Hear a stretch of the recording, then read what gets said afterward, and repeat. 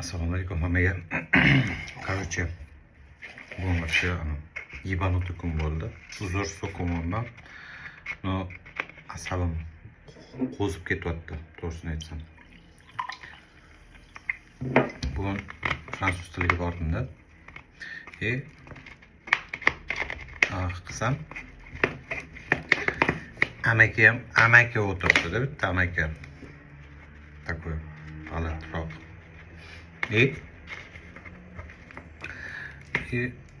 Tushunmayapti, qilmayapti-da fransuz tilini. Bir payt ruscha gapirishni boshladi.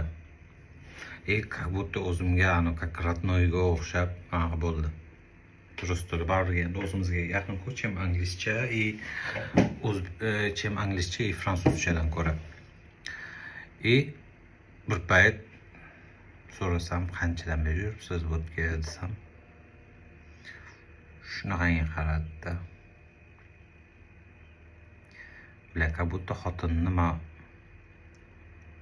o'g'irlab ketgandayman. Такое ощущение.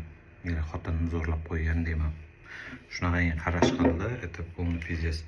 Menimcha, то ли ukrainetsmi или rossiyalikmi, tam bilmadim.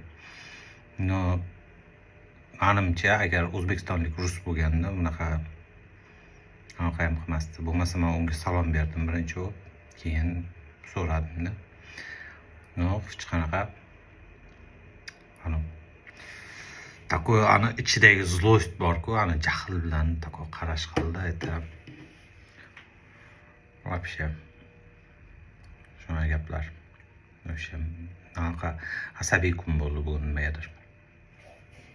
Shunday gaplar.